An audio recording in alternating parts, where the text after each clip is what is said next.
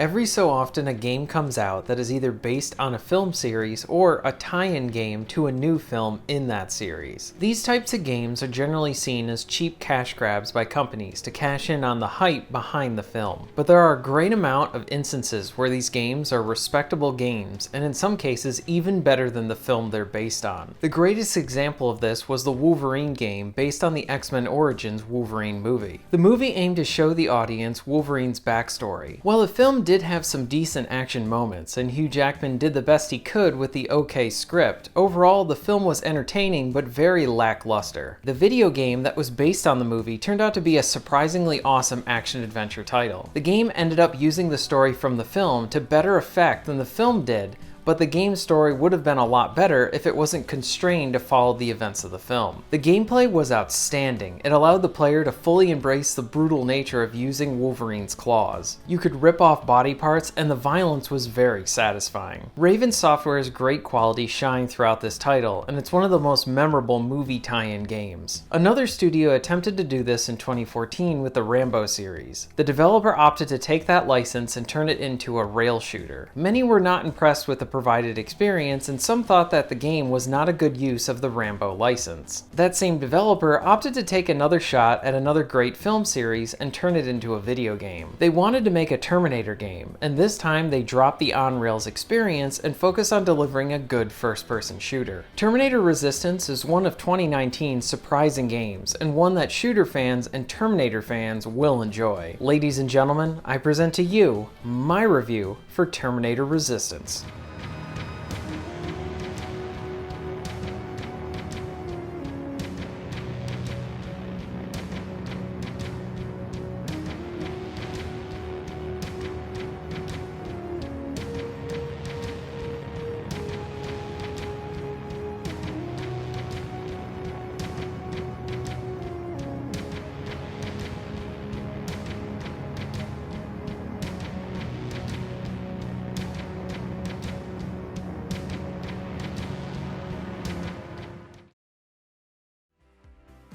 Terminator Resistance is a first-person shooter that is set during the war between the humans and the machines.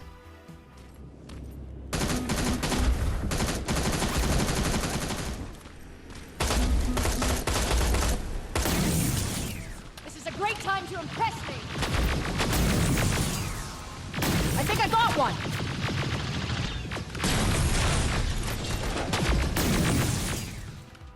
The first thing that I enjoyed about this game is how unexpectedly open many of the levels were. Many of the levels feature rather large areas where you can go straight to your main objective or take your time to explore and find the potential side missions. I really enjoyed taking my time with these bigger maps. There are many broken down buildings to look through, and your exploration is rewarded with lots of supplies for crafting along with a lot of extra useful ammo. The first few levels do a good job of selling the bleak future and how the areas are overrun with killer machines. The supplies are useful in that you can craft many different items, from healing items, extra ammo, and useful explosives. The exploration features similar systems that you saw in the Fallout games, with lockpicking being used to get through doors along with hacking certain areas. Each of these things have their own fun mini-games attached to them. The areas feel dense with stuff to find. The side missions are worth finding and completing as they add more fun content and provide you with extra experience points. The side missions can range from being a little silly to providing some hope with your other Resistance members. Exploring these areas lets you really soak in the atmosphere of the film, since this game does a good job of making you feel like you're in that twisted future. The early levels have this guerrilla-like feeling to the game. One, because you are trying to get your bearings on the gameplay mechanics, systems, and enemies along with not having many supplies. It doesn't take too long till you have more ammo and weapons than you know what to do with, but I do want to really praise the early levels as it has something really special to it. Overall, I really did enjoy taking my time in these open levels. Many games of this type you would expect to focus on a more linear set of directed levels, but I like how what they presented here was oddly refreshing, with having larger maps and the freedom to go about them. It won't take long until you're in a firefight with several different types of machines. The shooting is both enjoyable and fun.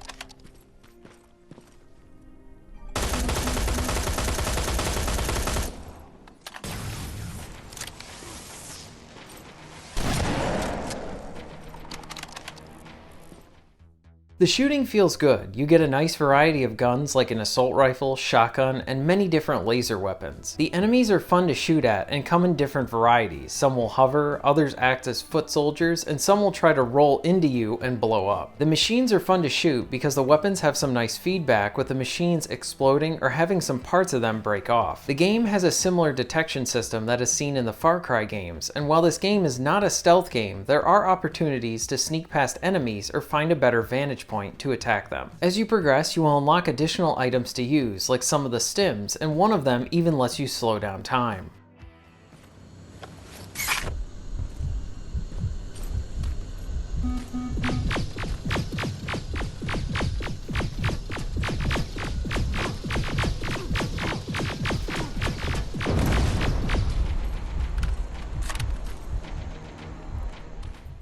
As you defeat enemies and complete objectives, you will obtain experience points. Once you level up, you are rewarded with a skill point, and you can use that point in a variety of skill trees. Some will improve your health or damage resistance, improve your weapons, or provide you with more crafting options. I do like that you are rewarded for everything you do, whether with experience points or finding money or crafting items in levels. In between missions, you can go back to your hideout, and here you can trade and craft. You can buy additional supplies and weapons as well. As you return to your hideout, you can talk to other survivors, and they will give you some information on the task at hand, along with giving you some insight into their lives. I wasn't expecting these moments, but these help to flesh out the cast of characters you will meet. The game never reaches the level of being emotionally involved, but these quieter moments help the world feel more fleshed out. Talking to these different characters help to sell the bleak atmosphere and visual look of this future. Within these moments, you will make choices that will affect a bit how the narrative goes. There's some choice that will alter parts of the story, and at the end of the game, you are informed of all your actions and how they affected each of the different side characters. The story itself is pretty good. The narrative focuses on the war and only acknowledges T1 and T2 for the story. It was engaging to see how the events would lead into the start of T1 and T2. One thing that I enjoyed about the campaign was how there was some restraint with the use of the T-800s at the start of the game. You need to wait a few levels till you encounter a Terminator, and their presence changes up the levels because the human weapons do not work against them. This allowed for some fun stealth sections, and it showed how these machines are a true threat to you and the Resistance. This unexpectedly awesome title has many great qualities about it, and I noticed some flaws as I was completing it as well. Overall, the game is short and sweet, with it taking about 8 hours to complete. I do wish the game was double in length. I really enjoyed exploring some of the bigger levels, and I never got tired of finding new weapons and completing side missions. At many points you will get that Fallout feeling, and I would love to see a sequel that provides even more expansive exploration. The AI is mostly okay throughout the game, and at times can be rather wonky. There were many times where I could cheese the AI, and this helped me with some of the harder enemies. One big area that I wish was done better were the T-800s and how you fought them. The first mission you actually encounter them, they are a true threat to the player. They can kill you really fast, and none of your guns can damage them. If you have some pipe bombs, you can kill them, but you have limited options to fight them. It really makes the player feel vulnerable and powerless against these machines. But following this memorable level, you get a set piece and you are given a laser gun that can damage the Terminators, and now you can take on 10 of them. I am completely fine with being able to eventually take on the T-800s, but I wish it didn't happen so soon after introducing them. I wish the game did not provide you with an efficient means to kill them, and had the player rely on stealth or guerrilla tactics to avoid them or beat them. And then after a few levels of that, you get the laser gun, and then that feeling of power feels more earned. While I found the story to be enjoyable, there are hit and miss spots with the writing and the performances. The worst of it is in the first two missions, with one character who feels really forced with all of his comments. To add some more replay value to the game, I wish there was a co-op mode of some kind. I think a simple Horde-style two-player mode would have been enjoyable. The main game has different kinds of progression already built into the game, and that would fit well into a Horde-style co-op mode. Every few levels you could fight a larger boss, with maybe the option of fighting Arnold as the last boss. Lastly, one area that does hurt the game a bit are the graphics. The game looks a bit dated, or like a budget title, but to the game's credit, it does look authentic to the Terminator movies. I encountered a decent amount of flaws, but none of them took away my enjoyment from the game.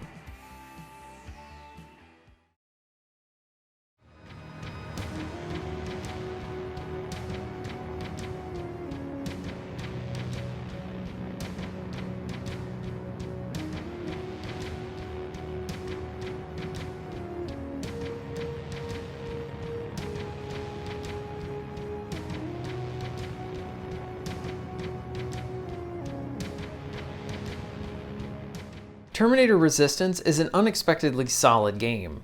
This very much feels like a Terminator game that was made by the fans for the fans. The look of the environments and the characters help to sell this deadly future. The game does a decent job of showing how dire the situation in war is. The gameplay is pretty good, with solid shooting and fun exploration. I never got tired of shooting the different machines along with the Terminators. The exploration was an area that surprised me with how open many of the levels were. The story is pretty good as it tells a tale that acts like a prequel to the first two movies. Most of all, the game feels respectful to the first two films. This is seen throughout how fun the game is to play, along with the iconic sound effects and the use of the musical theme from Terminator. Terminator Resistance is a solid title.